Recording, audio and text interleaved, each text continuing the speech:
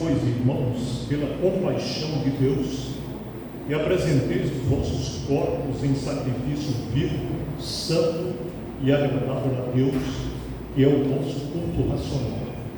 E não vos conformeis com este século ou com este mundo, mas sede transformados pela renovação da vossa mente, para que experimenteis qual seja boa, agradável e perfeita vontade de Deus.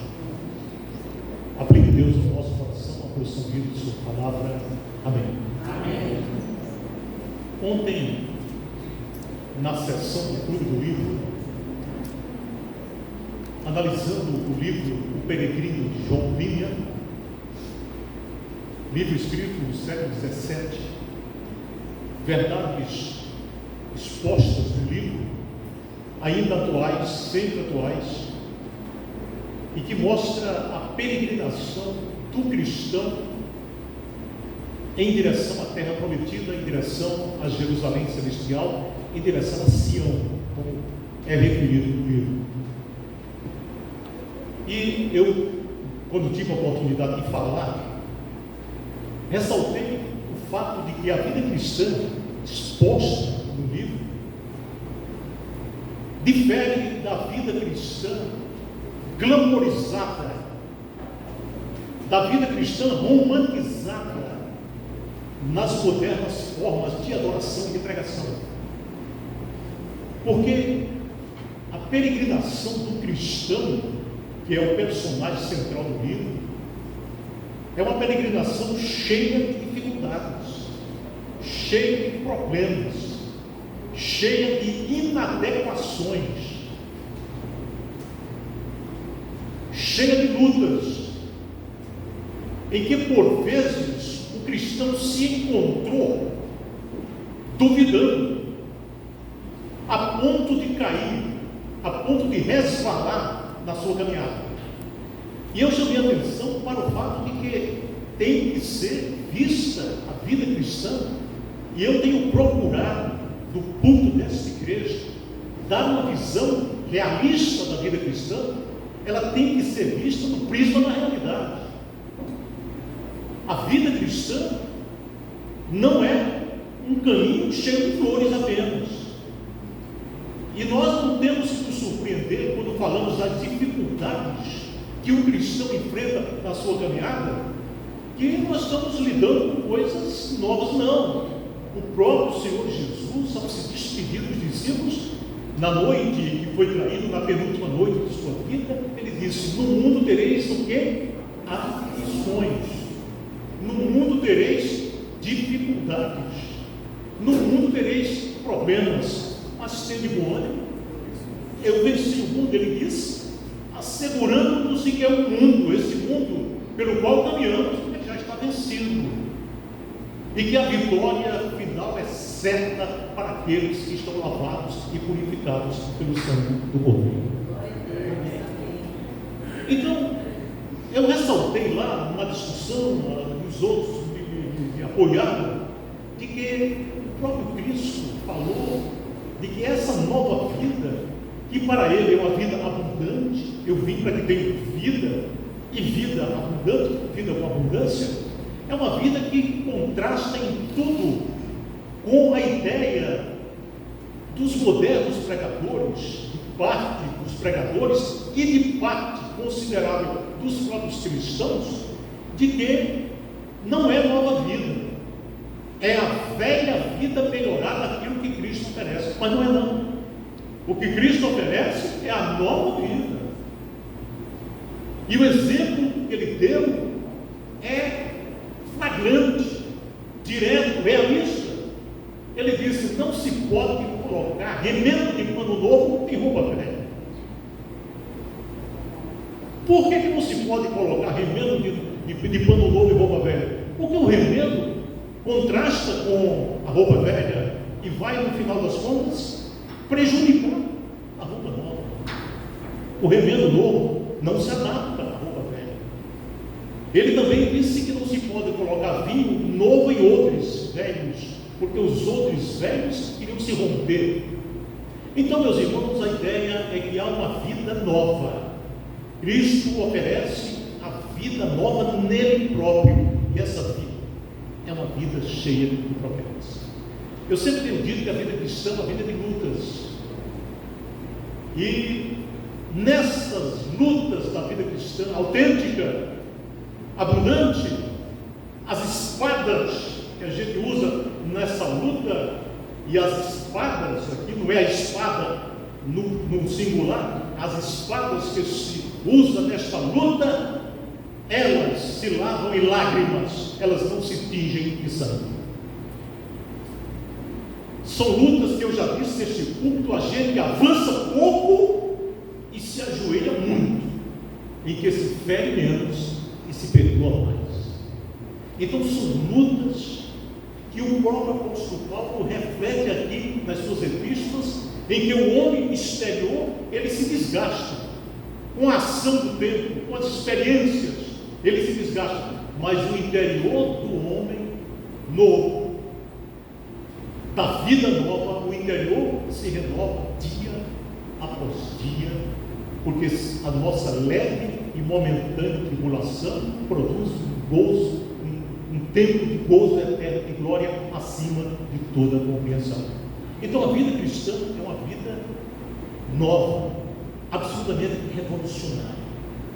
E quando o apóstolo Paulo, doutrinando os cristãos em Roma, diz que eles devem apresentar os corpos em sacrifício vivo, santo e agradável a Deus, que é o culto racional, e que não devem se conformar com este século ou com este mundo, mas devem ter a mente transformada pela renovação, né?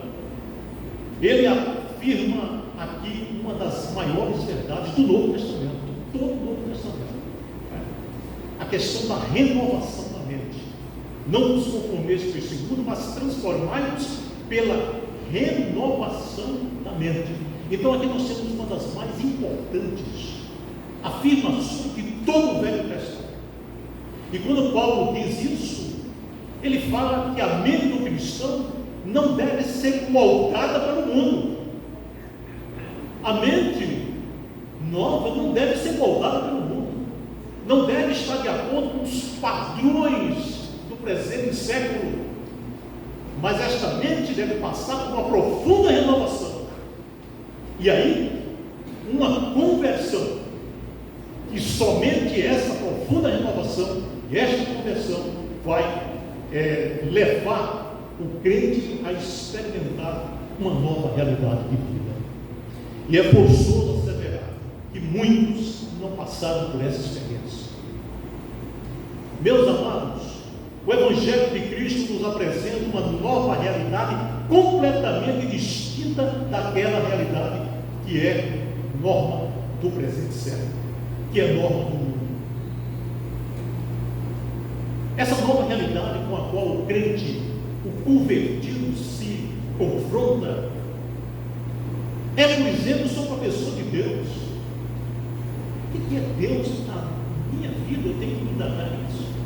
É sobre a imensidão da graça de Deus revelada em Cristo. É o mistério da salvação que esteve oculto, mas que nos foi revelado pela ação do Espírito Santo. É o reino de Deus.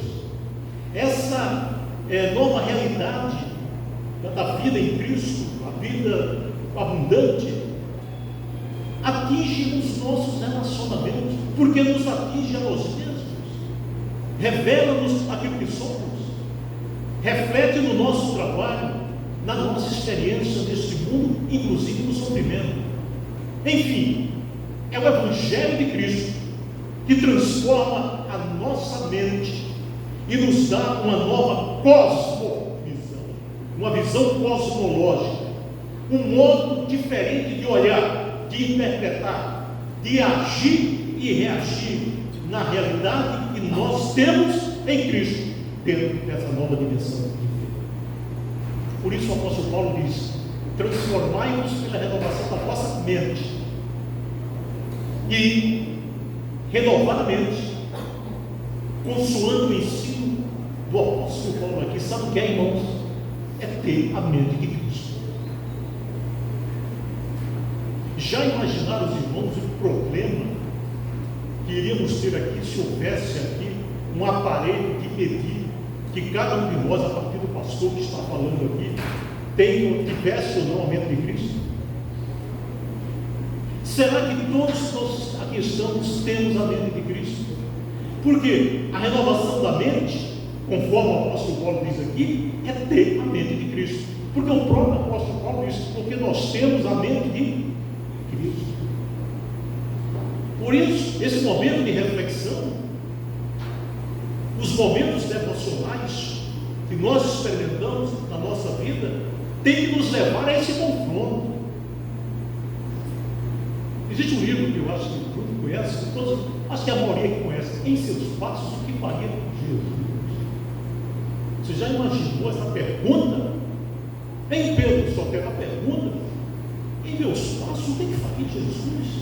Porque ter a renovação da mente é ter a mente de Cristo.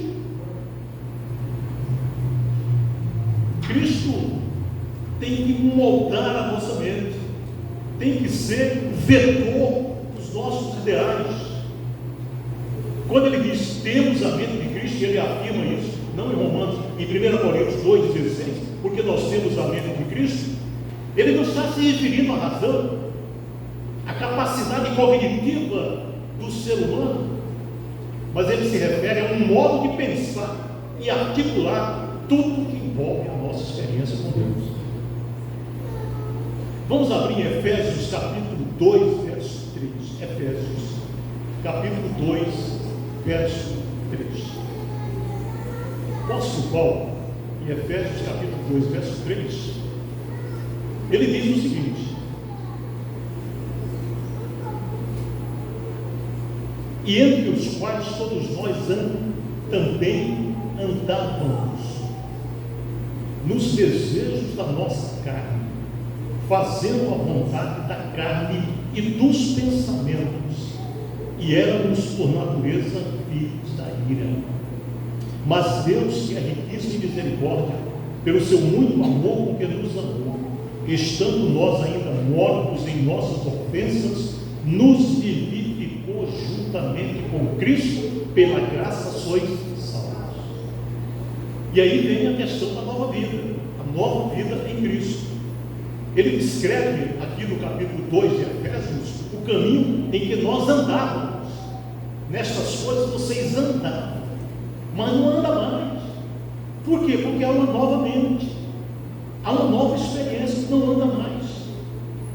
Ele reconhece que os pensamentos nos inclinam para a direção que nós quisermos, via de regra, para um determinado caminho.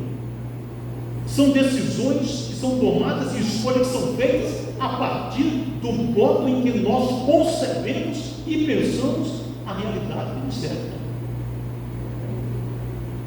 A mesma carta aos Efésios, ele faz um apelo para que os discípulos que viviam na grande cidade de Éfeso, pagando, para não andarem nem viverem como andam aqueles que não conhecem Deus. Imagina, nós temos que andar e viver com pessoas que conhecem Deus, e não das que não conhecem Deus. Vamos para Efésios capítulo 4, verso 17. Efésios 4, 17.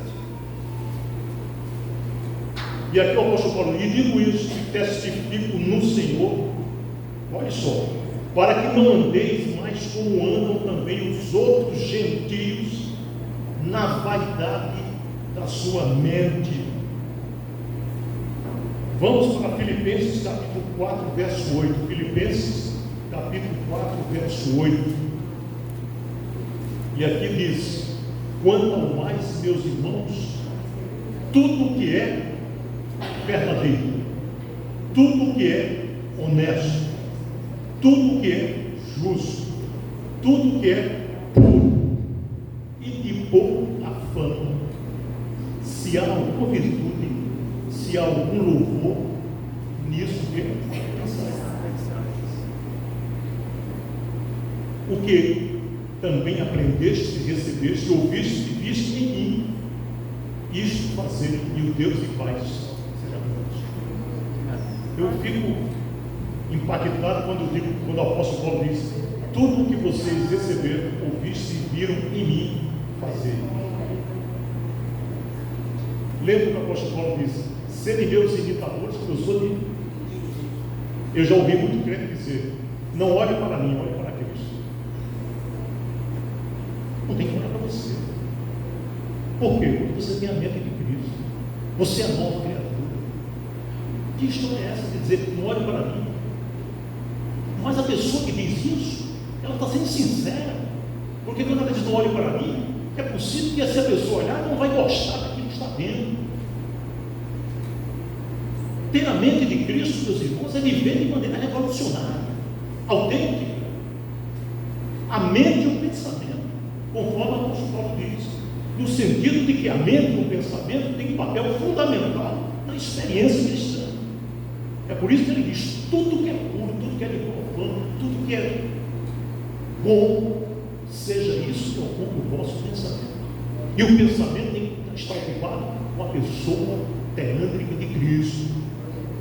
Porque se não tiver ocupado com a pessoa teântrica de Cristo, vem aquela história que diz: mente vazia é a oficina de quem?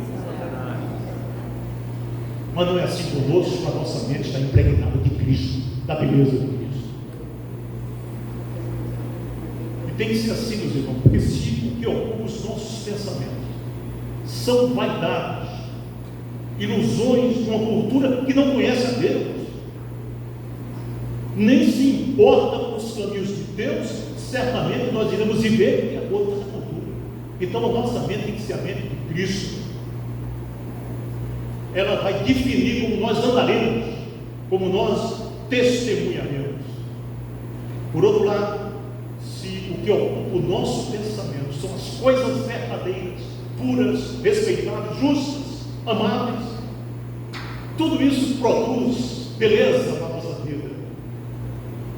E nós iremos viver de acordo com uma nova realidade em Cristo, que é uma nova vida e que as coisas velhas já passaram. Amém. Por isso, nós nos confrontamos nas igrejas com tanta imaturidade, tanta infantilidade. O apóstolo Paulo conviveu com isso em Corinto. Ele disse: eu não pude falar a vocês como espirituais, mas como carnais, como meninos em Cristo. Ele disse: leite vos dei para beber, porque vocês não podiam comer alimento sólido, crianças em Cristo. Igreja cheia de impureza. A igreja de Corinto, uma igreja complicada. Então, ter a mente de Cristo é viver amadurecido, é crescer e amadurecer na Cristo. E isso é difícil. Haja vista, Isa, Dani, a vida do cristão, orientado por evangelista, caminhando com fiel, encontrar todos aqueles problemas, inclusive tremenda luta no vale da sombra da morte. É difícil.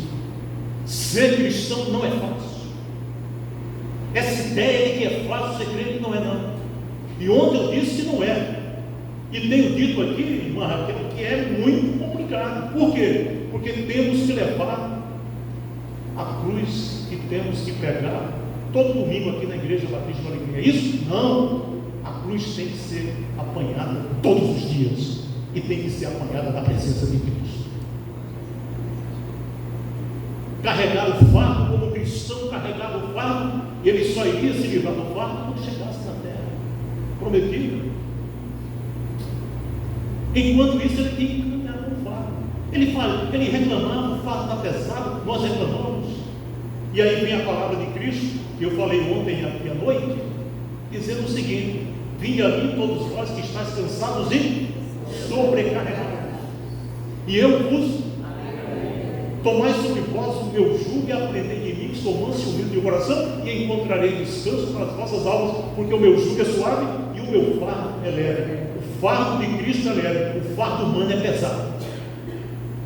É por isso que nós temos que depositar o fardo pesado aos pés de Cristo e tomar sobre ele, sobre nós, o jugo do próprio Deus. Cruz pesada que temos que carregar. E eu relembrei ontem aos irmãos que estavam aqui, por exemplo, como se revela isso na prática. E aí, meus irmãos, tem muitos exemplos, mas o mais sagrado que eu vejo, que que é uma cruz pesada de carregar. Sabe qual é? Amar os inimigos. Já pensou? Amar os inimigos, cruz pesada. Outra cruz pesada para nós aqui no dia a dia, sabe o que é? Fala bem quem fala mal de nós. Cristo disse: bem dizer os que vos. Você já imaginou você saber que uma pessoa está falando mal de você e você dizer: é gente fina, é gente acima de qualquer suspeita? Meus irmãos, só Cristo realiza esta obra. E graças a Deus o Pai que Ele realiza essa obra, e nós podemos amar os inimigos, falar bem de quem fala mal de nós, e carregar a cruz, porque ela será depositada no final aos pés de Cristo, às portas da Jerusalém. É muito difícil. O processo de crescimento e amadurecimento espiritual é muito complicado. Por isso, muitos cristãos, após anos e anos dedicados à vida religiosa, e o livro diz que a questão da religião, toda ela se refere ao seguinte: é praticar, não é só proclamar, é praticar. Então muitos, depois de anos e anos de vida na igreja, participação nos cultos, ouvindo a palavra de Deus, lendo bons livros e atuando no serviço cristão, muitos, não todos, ainda bem que não são todos, depois de tudo isso, são piores maridos e piores esposas, são piores pais, são piores amigos, piores cristãos e piores cidadãos. Pessoas que proclamam serem cristãos, mas são amargas. Não dá para entender um cristão amargo. Pior, são cínicos, são egoístas, são indiferentes, são autossuficientes, são secularizados, são materialistas práticos. Isso é realidade. E aí a pergunta que eu faço para os irmãos nessa manhã é a seguinte: o que é que os impediu de crescer? Ou antes, o que é que nos levou a regredir na vida cristã? Sobre essa questão de regredir, eu disse ontem aí, lembrando do sermão que eu fiz aqui: o cristão não pode parar nem ficar. Ou ele avança para vencer, ou ele retrocede para morrer. Para esses tipos aqui, provavelmente a cultura do presente século, com suas mentiras, com seus enganos, moldou a mente dessas pessoas, e elas foram reagindo à realidade de acordo com essa cultura, e o resultado não poderia ser diferente. Agora, na experiência do apóstolo Paulo, e com ele inúmeros cristãos fiéis ao longo da história, nos deixaram e nos deixam um legado de fé, de grandeza moral e de ética, e esse legado nos inspira a viver a vida cristã, nada cristã, todos os ataques do inimigo. E o inimigo está ativo. Não pense, os irmãos, que o inimigo está desativado. Não, está ativo. A própria palavra diz: o diabo, vosso adversário, anda ao vosso derredor, rugindo como leão, procurando a quem possa tragar. Qual é a arma para que ele saia, que ele fuja? Resistir ao diabo e ele. Pessoas que aprenderam a julgar a realidade exterior à luz de uma verdade interior, de vida, de felicidade, não só o modo de compreender, mas a maneira de agir e de reagir diante dos sentimentos. Meus irmãos, qual o exemplo mais flagrante que nós podemos trazer nesta manhã para autenticar isso que a gente falou até agora? A experiência do apóstolo João. O apóstolo João é um exemplo disso. com aproximadamente 90 anos. Ele foi exilado na ilha de Patmos, lá da Grécia, no Estírio, no lugar em que João recebeu a revelação do Apocalipse. É um lugar absolutamente lindo, a paisagem é absolutamente bela. João estava lá, exilado. Os direitos políticos de João haviam sido cassados. Ele não pastoreava nenhuma igreja, ele estava exilado. O mundo em que então era dominado pelo Império Romano e era imperador naquela época uma pessoa chamada Domiciano, cruel, um homem que perseguiu e executou milhares de cristãos.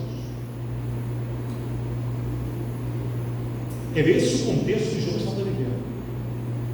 Mas numa manhã de domingo, uma manhã como essa, enquanto João orava e adorava a Deus, ele teve a revelação do Apocalipse.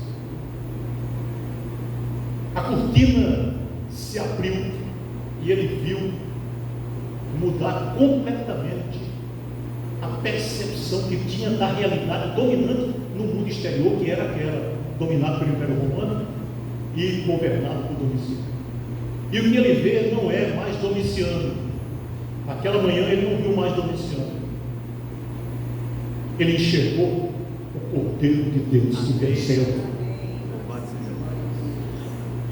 Ele não viu mais Domiciano dirigindo o Império Romano, mas ele viu Jesus Cristo sentado no trono rodeado de glória. Vencedor, não só naquele momento, mas vencedor pelos séculos dos séculos. E aquela realidade interior mudou a percepção do julgamento, a realidade exterior que ele estava vivendo. E como resultado disso, em vez de depressão que poderia estar sentindo pela idade, pela situação e desesperança, ele ouve um grande coral de vozes angelicais alegremente cantando glória para sempre ao Cordeiro de Deus. As nossas emoções, os nossos sentimentos seguem os nossos pensamentos. Então, no caso de João, a realidade interior dele mudou a realidade exterior. Deve ser assim por isso. E vamos à aplicação. A mente de Paulo, que escreveu aqui aos Romanos, foi transformada pelo Evangelho de Cristo. A minha pergunta é: a nossa mente foi transformada pelo Evangelho de Cristo? Continua sendo transformada dia após dia? Para o apóstolo Paulo, a morte e a ressurreição de Cristo devem um novo modo de perceber a realidade, de julgar a realidade exterior. Observe bem, o apóstolo Paulo estava preso. Tinha 90 anos, aproximadamente, 80 e poucos anos, na época da prisão. Estava doente, estava condenado à morte. Mas ele diz uma coisa na Epístola aos Coríntios: porque a nossa leve e momentânea tribulação. Leve e momentânea? Que história é essa? Uma situação daquela, um homem preso, já idoso, condenado à morte, e dizer que a tribulação é leve e momentânea? Mas ele diz: porque a nossa leve e momentânea tribulação. É um homem que, mesmo passando privação, ele afirmou que tinha tudo que precisava, disse: aprendi a viver contente em toda e qualquer situação.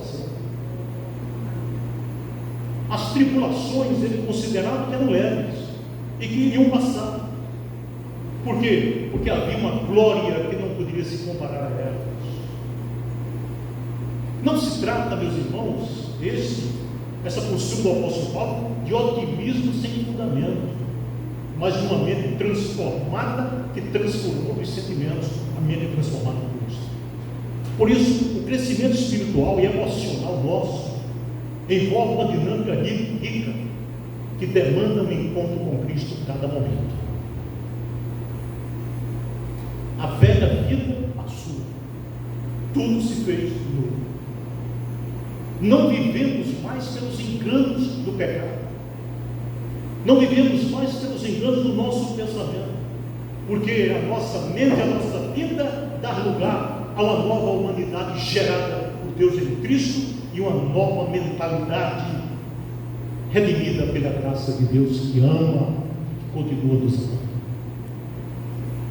E é nesse processo que somos transformados, tanto na nossa mente quanto no nosso coração, que define a nossa ética, a nossa prática. E Paulo descreve esse processo em Éfeso capítulo 4, versos 22 a 24. Éfeso capítulo 4, versos 22 e 24. E com isso nós concluímos.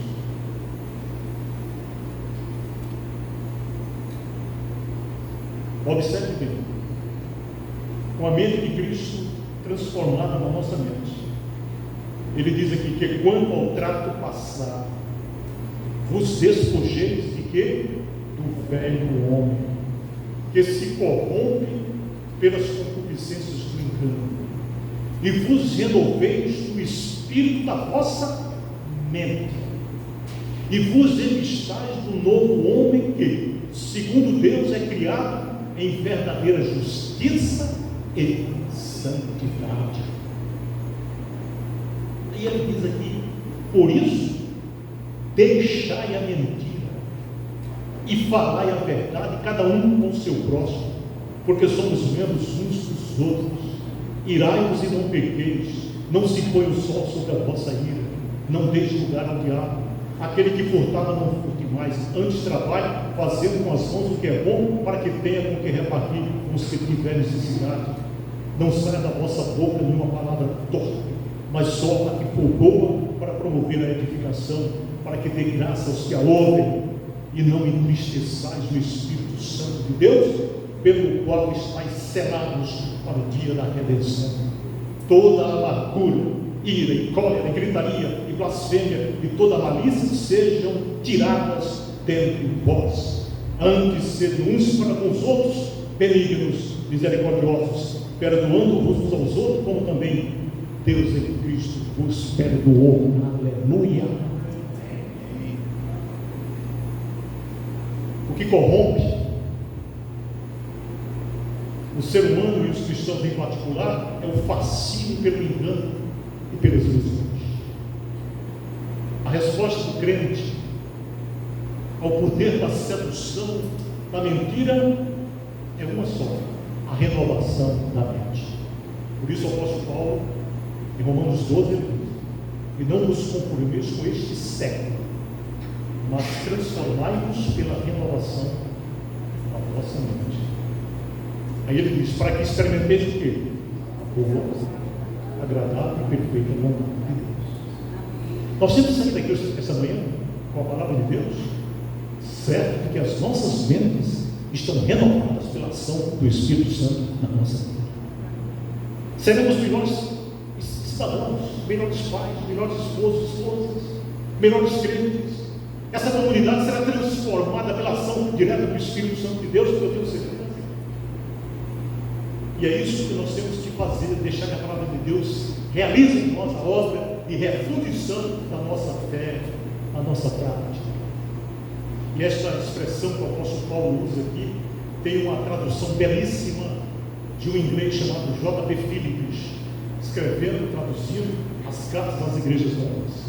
Ele diz: rogo os irmãos por um ato de culto inteligente, que apresenteis os vossos corpos a Deus, que por certo vos aceitará, que o mundo que vos rodeia não vos comprima nos seus próprios moldes, mas deixai Deus renovar a vossa mente, a fim de que experimenteis qual é o plano de Deus no que vos diz respeito, como satisfaz todas as necessidades e como encaminha para a meta da verdadeira perfeição.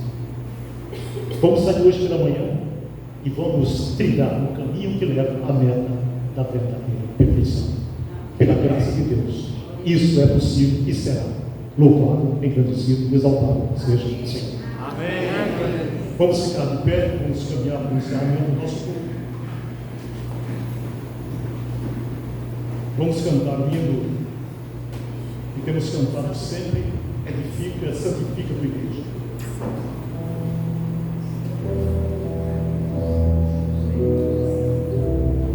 E 388.